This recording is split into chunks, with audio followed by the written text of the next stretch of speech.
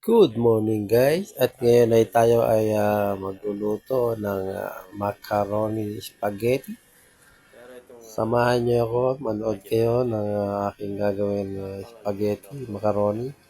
At shout out pala sa mga followers, subscriber, maraming salamat po sa inyong suporta sa Alas TV at sa aking reel. At ngayon guys, at gagamit tayo ng mga ingredient, andiyan ng corned beef. Wala nang level na nalis ko na yan para di na makita. At syempre, meron tayong chinap na bawang, sibuyas, at bechin, gagamit tayo, asin, at ano pa ba, kung ano pa yung ating gagamitin. Syempre, ang spaghetti, tomato sauce. Gumamit din tayo dyan mga kaalas ng paminta, yung powder. Hindi na tayo gumamit ng maraming sangkap yan. Kung ano lang yung available, yun lang yung pwede natin gawin. Diskarte ba? Kaya na pinakuluan ko na yung ating pasta macaroni. Malapit na rin niya matapos. Siguro, kanina pa yan nakasalang guys. Na-ready ko na para madali na siya lutuin. Lang naman to guys lutuin. Depende na sa inyo yan. At yan guys, sisimulan na natin yung ating paggigisa.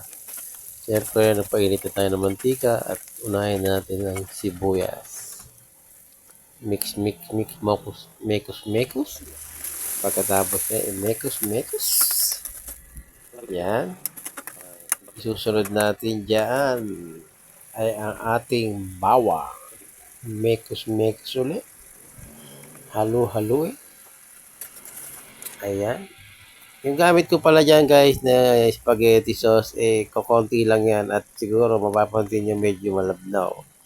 Diniskartehan ko na lang yan ng ketchup. Nilagyan ko na lang para mamula-mula naman siya.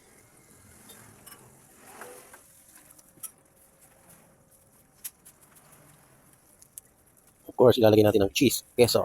Sa cheese at keso, yan ang keso ng bayan. Ganyan guys, ang malabnaw siya. Kasi medyo kulang yung sauce ko dyan. Pero gagawin natin pa yan mamaya para medyo lumatot-tapos dyan. Yan, lulusawin lang natin yung cheese para magkaroon siya ng medyo lasa-lasa. Tapos, pagkatapos niya, iluto na, ilalagay natin siya ng toppings ng cheese na.